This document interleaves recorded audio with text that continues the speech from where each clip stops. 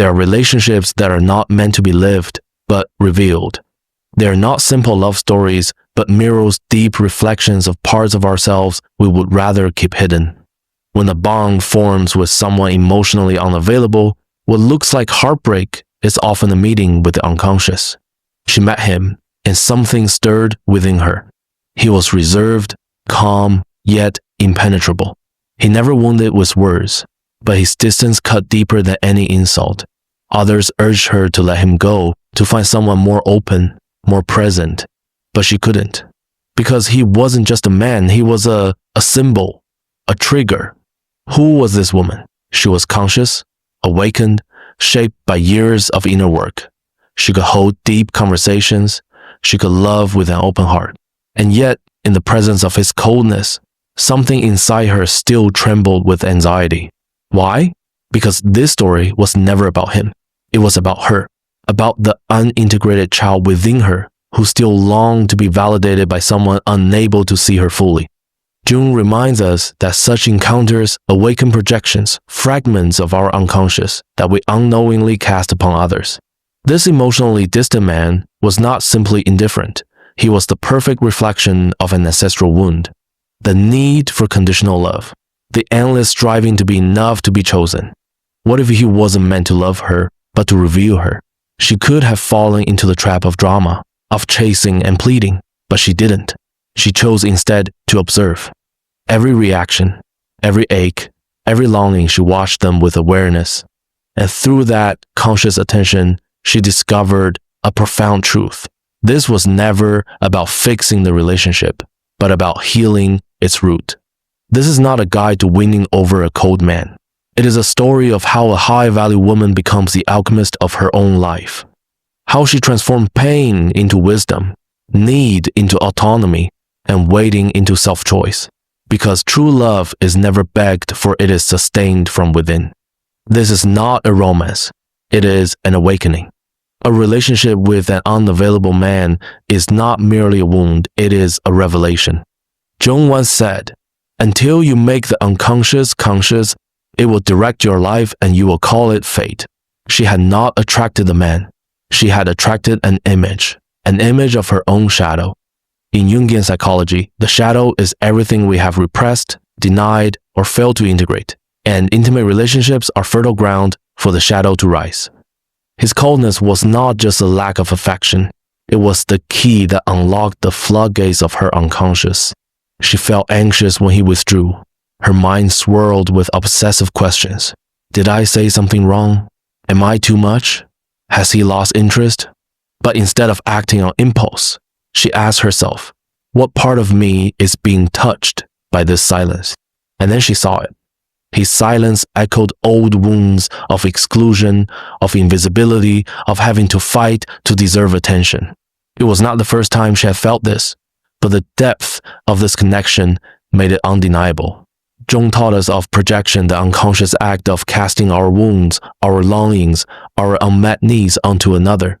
And here, in the quiet distance of a man, she did not just meet him, she met herself. In truth, she wasn't only projecting her need for love, she was projecting her own undeveloped masculine energy. In him, she saw strength, direction, and emotional independence, the very qualities she had not yet fully embodied within herself. And that is why it pierced so deeply. For instead of seeing him as a limited human being, she saw him as an ideal, a potential yet to be realized, a rough diamond that, with enough love, could shine. This is one of the most common traps, falling not in love with a person, but with the image of who they might become. And within that illusion, even the high-value woman can lose herself unless she is conscious. But she began to awaken. Slowly, she understood that this connection was not a mistake, but a mirror. He was never there to be rescued. He was there to reveal, to show her that what she longed to find in him was not hers to take, but hers to cultivate. It was the reflection of a part of herself still waiting to be awakened. With this new clarity, she stopped expecting him to fill her emptiness, and she recognized one of Jung's deepest truths. Everything we chase outside ourselves is an invitation to look within. Her yearning for closeness had never been wrong, but it had been incomplete. Worth could not be handed to her through someone else's choice. Depending on that was simply an unconscious way of surrendering her own power. And so, the relationship shifted. It no longer carried the weight of a romance, it became something sacred. Each of his silences was no longer rejection, but a call inward. Each rejection became an invitation to face herself with honesty. Each frustrated expectation a chance to dismantle the inherited beliefs that had kept her bound to the idea of not being enough. With this understanding, the dynamic shifted not because he changed, but because she no longer reacted as she once did. She allowed herself to feel the pain, but refused to dramatize it. She noticed the impulse to insist, yet did not let it carry her away. She recognized the wound, but did not hand it the wheel. She came to see that being with someone emotionally closed off was not an accident, but a profound initiation, an experience where the true protagonist was never him, but her own consciousness. It was no longer about repairing the bond, but about disarming the inner pattern that had drawn her into it. She realized, with a sobering clarity, how often she had mistaken intensity for connection, how she had tolerated absence disguised as mystery, how she had named as love a constant struggle for attention. And that honesty with herself, that unflinching gaze, was what set her free. For deep down, what she had been searching for was never that man, but the return to her own worth. A validation not dependent on another's desire, but rooted in inner certainty. With that clarity, a new strength rose within her, not loud, but steady, not rebellion, but quiet firmness. And in that awakening, she understood something transformative. He was not cold to punish her, but to reveal the places within her that still longed for warmth. His disinterest ceased to feel like a verdict, and instead became a sign, a signal that the time had come to stop begging and start choosing. Most, when ignored or undervalued, fall swiftly into the role of victim. He doesn't love me, he doesn't see me, what did I do wrong? But not her. This high-value woman understood that entering the game of emotional drama was only another subtle way of surrendering her power, so she chose differently. She chose not to react, not from repression, but from lucid observation. Each time he withdrew, she paused, breathed, and returned to herself. She didn't send impulsive messages. She didn't demand explanations. She didn't chase after instant validation. Instead, she asked herself, what part of me wants to run after someone who is walking away? What emptiness speaks when I long to force a response? And in those pauses, in that sacred space between stimulus and reaction, a quiet transformation began to unfold. She discovered that the real struggle was never with him, but with her own sense of inadequacy. The conflict was not external at all. It was within, carried by the inner voice that whispered, if he doesn't respond, it must be because you are not enough. And rather than silencing that voice, she chose the braver path, to listen to it, to sit with it, to trace its origin. And there, she recognized it, the voice of a little girl who had once learned that love must be earned, that affection was a reward and not a right. She had once believed she needed to be good, quiet, pleasing, and useful in order to be seen. That belief, carried into adulthood, had become more sophisticated, more entrenched, yet also more dangerous. But now, she chose differently. She rejected the idea that love must be persuaded or earned. She rejected the belief that another's coldness could define her worth. And she refused the role of victim because she understood something essential. Even pain had a purpose. Even frustration could be a teacher. Suffering was not meant to be avoided, but transformed. So little by little, she began to walk the path of the witness. She learned to observe her emotions without judgment, without drama, to hold her sadness without masking it in pride or twisting it into anger, to honor her longing for closeness without turning it into a chain, to notice her impulse to please and instead of denying it, to gently deactivate it. This didn't make her cold or detached. It made her present, centered, rooted in her truth. There was a quiet strength in this new way of being, a dignity that did not need to shout, a calm that no longer depended on another's actions. That serenity was not indifference. It was emotional mastery. And that changed everything. The cold man was no longer an enemy or executioner of her heart. He was simply a mirror, a stage upon which she could see herself more clearly. By no longer taking him personally, she stopped fighting his behavior, stopped waiting, stopped bargaining for affection through overgiving. In that stillness, her true freedom began. Not because he became more loving, but because she no longer needed his warmth to know she was worthy of love. By observing her emotions rather than acting from them, something profound began to rise within her. Not a thunderclap of revelation, not a blazing epiphany, but a quiet knowing, a whisper from the soul. Everything you seek outside already exists within you. And that was when the transformation began. His silence no longer pulled her into the abyss. It led her back to her center. What she once interpreted as rejection, she now recognized as an invitation to deepen her relationship with herself. The anxious wait for a message became a call to listen inward, to meet her need for love not with desperation, but with presence. Every emotion that had once overwhelmed her transformed into a portal, a threshold into her own being. In Jungian psychology, the self is the central core of the psyche, the balance between conscious and unconscious, the wholeness of who we are. And to approach it, one must journey through the fragments, the traumas, the patterns, the unresolved desires. This relationship had awakened precisely that path, not a romantic tale, but an initiation, a summons to reunite with her essence. So she let go of strategies. She stopped asking how to draw him closer. She no longer dissected every word, every gesture, every silence. She no longer sought to understand him because she had discovered something more vital. Her energy was far too precious to orbit around an absence. Instead, she asked herself, what is this bond showing me about myself? What parts of me have I neglected to inhabit? What have I surrendered out of fear of being left behind? And the answers revealed themselves. She had abandoned her creativity. She had silenced her joy. She had neglected her body, her friendships, her own vibrancy. Not because he demanded it, but because unconsciously she had slipped back into the old pattern, compensating with affection for what was not being reciprocated. But now, she was awake. An awakening did not mean cutting herself off or ceasing to feel. Awakening did not mean closing her heart. It meant holding her energy, honoring her dignity, and recognizing that giving space was not a tactic to provoke interest, but a sacred act of self-love. She wasn't withdrawing to see if he would return. She was withdrawing to return to herself. It is easy to mistake silence for disinterest. But for her, silence became a temple, a place to listen, to reorder her inner world, to reconnect with what truly made her feel alive.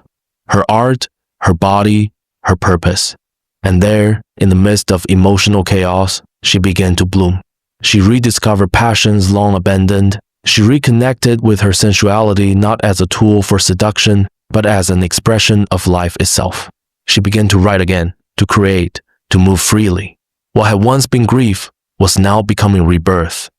And in that renewal, she grasped a truth that would forever change the way she loved. Depending on another's emotional response is to trade your soul for crumbs. She would no longer do that. Her worth did not rise or fall with the attention she received. She was not more deserving because he replied quickly, nor less valuable because he could not hold her. She was whole, complete, and even when it hurt, she knew now that love not offered freely is never worth chasing. From this awareness, she chose to stop forcing closeness. Not because her feelings had vanished, but because she loved herself enough not to insist on what did not flow. She chose not to chase, not to beg, not to plead. And that did not make her cold. It made her sovereign. This inner shift was visible. Her energy grew clearer, more grounded. She no longer vibrated with the anxious question, does he love me or not? But with the quiet certainty, I choose myself, and that is enough. While many still believe that maturity meant insisting, explaining, and having endless conversations, she had come to understand that true maturity often lies in silence, in letting each person meet themselves without pressure, without manipulation, without drama. And if he ever came back, it would have to be from a different place. Not out of obligation, not from guilt, not from fear of losing her, but from true recognition, from resonance. And if he didn't, that was all right too, because she had already come back to herself. And that was worth more than any answer message. There's a vast difference between giving space as a strategy and giving space as an act of self-love. One is born of fear, the other of maturity. She came to understand this through her own process of introspection. She no longer stepped back to make him miss her, nor to regain control. She did it because her inner dignity whispered, "Do not betray yourself for love." For years, she had confused presence with worth. She believed that if she only tried harder, if she offered more sweetness, more patience, more devotion, he would eventually open his heart. But time revealed the truth. Hearts do not open under pressure or intensity. They open only in resonance. And if that resonance was absent, forcing it would only mean abandoning herself. So she let go, not with resentment, but with acceptance.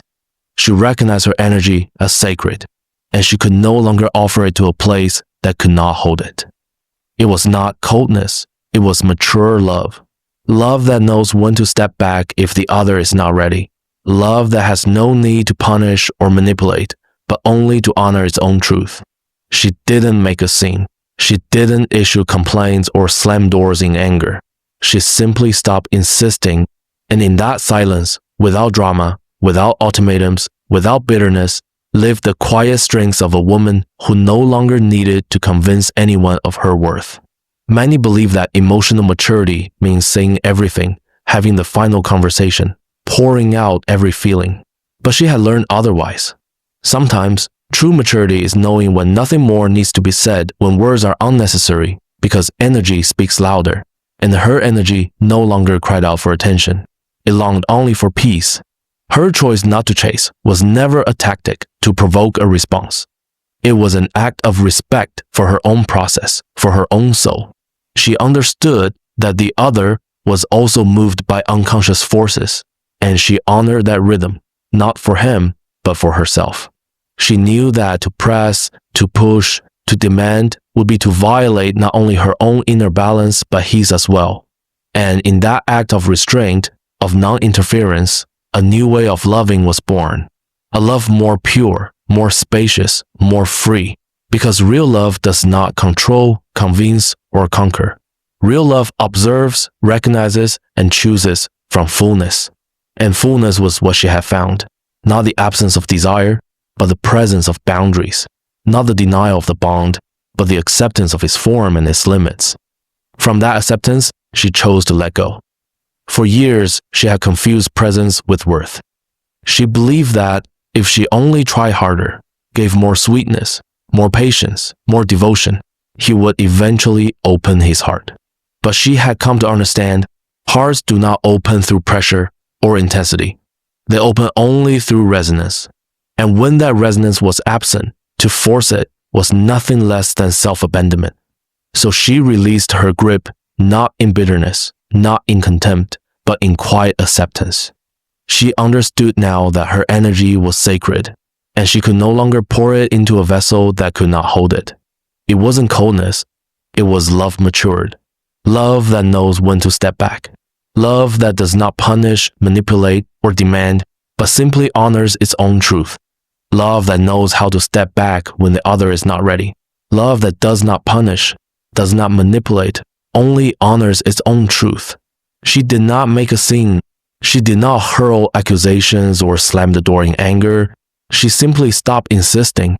And in that silence, free of drama, free of ultimatums, free of bitterness, lived the quiet strength of a woman who no longer needed to prove her worth to anyone.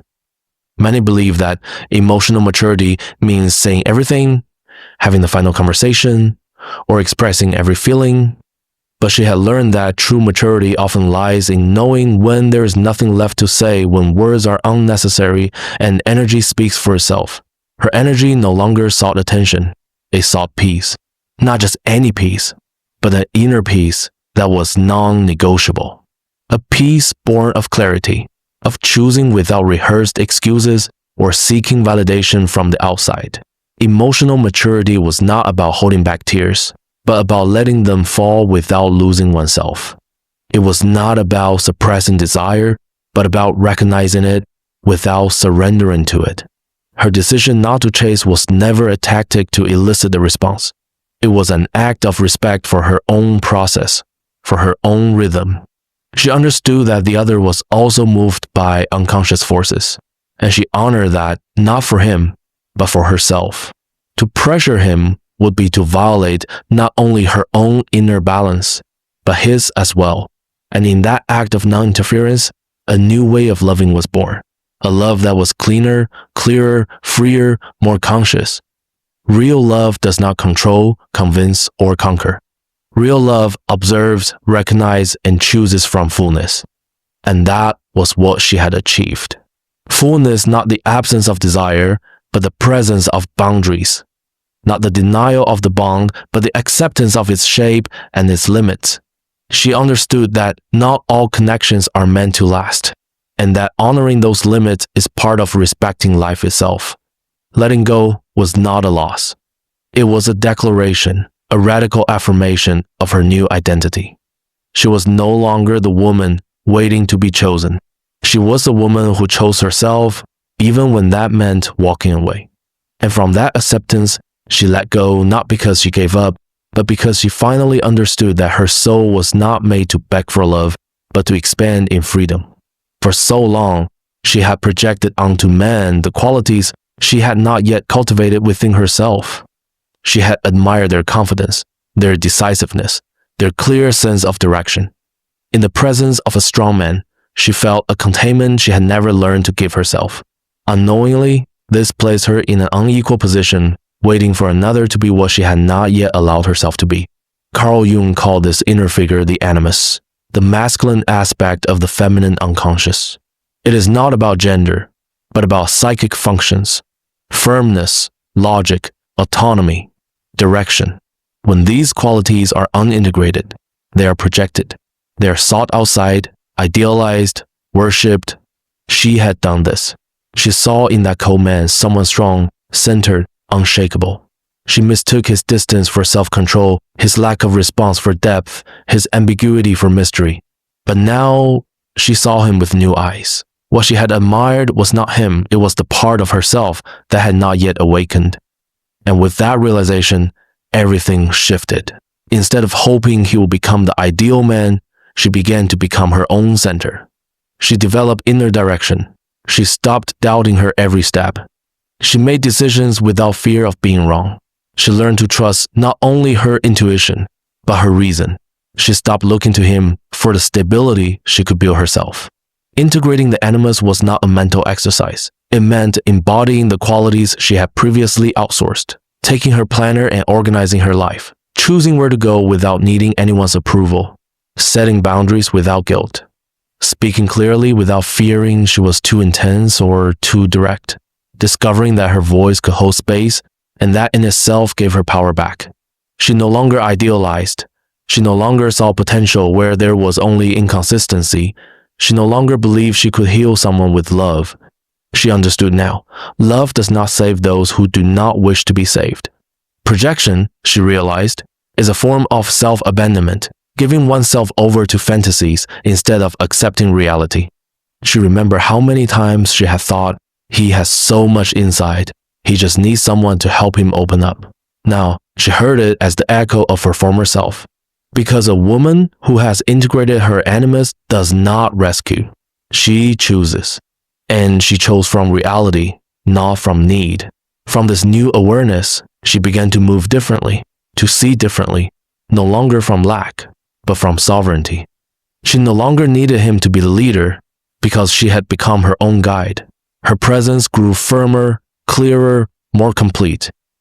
This did not mean she had hardened or rejected the masculine. It meant she no longer depended on it to feel whole. She had integrated it. She had embodied it. She understood that true containment does not come from another, but from the capacity to hold oneself, to maintain inner structure. By no longer seeking it outside, she refused to settle for the bare minimum.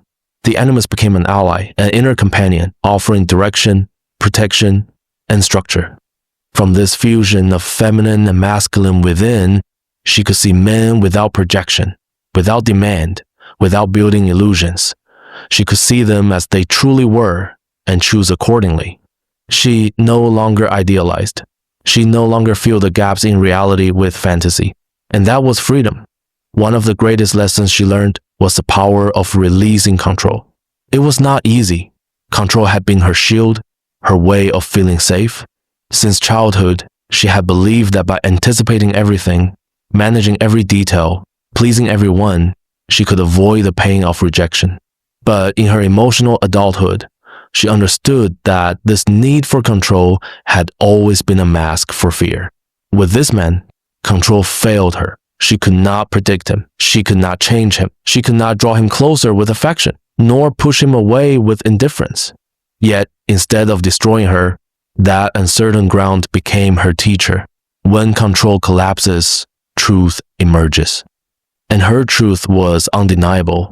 The time had come to let go, to release expectation, to release illusion. She let go of the need for a concrete answer. She understood that not knowing was itself an answer, that not insisting was also a form of love, love for herself, love for reality, love for the timing of the unconscious, which cannot be rushed or forced without harm.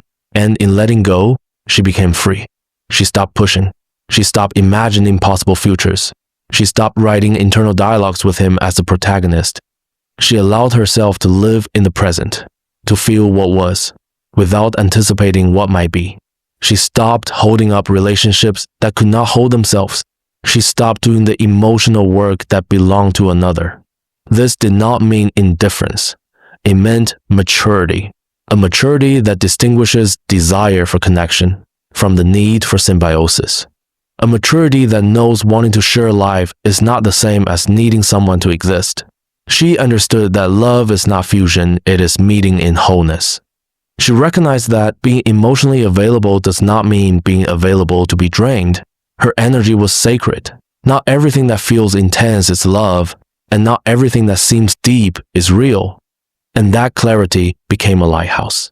She stopped romanticizing emotional absence, stopped justifying prolonged distance, stopped believing that lack of commitment was some complex love language. She began to read facts, not interpretations, to listen to energy, not words. And when something did not flow, she simply let it go. She recognized when her psychic energy was being depleted. She no longer justified disinterest as a personal process. She no longer disguised abandonment as emotional space. She understood that we all have internal timing, but she also learned to see when timing was just an excuse. And her intuition, which she had learned to trust, no longer needed external confirmation. Surrender was not defeat, it was a profound act of wisdom. She understood that it was not her task to teach him how to love, to awaken him, or to wait for him. Her task was to care for herself, to protect her energy, to choose spaces where she could bloom, not wither. Instead of trying to be the woman who would change him, she became the woman who does not sacrifice herself to be seen, who does not lose herself to be loved, who does not deny herself to be accepted, because she had learned that every time she forced what did not flow, she lost a piece of herself, and losing herself was no longer an option. Not all men are ready to hold the emotional depth that a conscious woman embodies. She understood this not as judgment, but as acceptance, not as rejection, but as reality. For a long time, she believed that if she were loving enough, present enough, radiant enough, he would see her worth. But the truth is, not everyone is ready to see. To truly see requires responsibility. It means letting go of emotional avoidance. It means entering a connection from a place of vulnerability, honesty, and presence. And not everyone is ready for that. When she understood this, she did not grow angry. She did not shut down. She did not harden her heart. She simply accepted that it was not a lack of love, but a lack of awareness. That it was not that she did not deserve. It was that he could not give what he had not cultivated within himself. Her emotional intensity was not too much. It simply did not resonate with someone still living in fear of real commitment. And from that understanding, she chose to walk away, not as punishment, not as manipulation, not as "I'll leave so you'll come back," but as an affirmation of her inner worth, as a radical decision to keep growing even if that meant letting go of a connection that had touched her deeply. Her goodbye was silent, yet powerful. She did not need dramatic explanations or emotional declarations. She did not ask for a final conversation. She simply walked away with serenity because she had realized that true closure is not given by another. It comes from the clarity of one's own awareness. And her awareness was clear. This wasn't about him, it was about returning to herself. She understood that this relationship was not a mistake. It was a mirror, a precise reflection of the parts of herself that needed to be seen, healed, and loved. That cold man had been the trigger, the catalyst, the spark that ignited an internal revolution. But the real encounter had not been with him. It had been with herself, with the woman she had forgotten while trying to be chosen, with the voice she had silenced to avoid discomfort, with the desires she had postponed to adapt, with the strength she had put to sleep in search of approval. And now that she had reconnected with that woman, she knew she would never lose herself for love again. She would never lower her vibration to hold someone else up. Her path was not one of waiting, but of expansion. She thanked the bond, she thanked the lessons, she even thanked the pain. Because without that story, she would not have remembered who she truly was. And who she was, this woman now breathing in front of the mirror, was worth more than any external validation. She was more whole, more conscious, more sovereign. From that place, she understood that not every connection is meant to stay. Some connections come only to awaken us, and that does not make them any less important. On the contrary, it makes them initiatory.